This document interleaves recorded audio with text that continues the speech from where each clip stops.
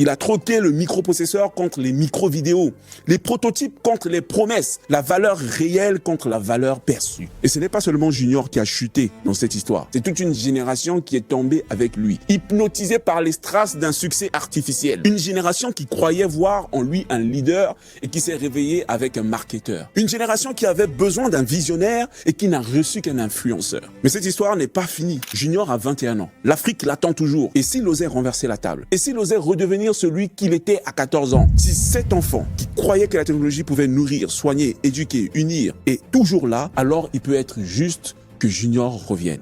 Alors il reste peut-être une chance d'écrire un autre chapitre. Et la balle est dans ton camp, Junior. Mais vous savez ce qui me rend le plus triste?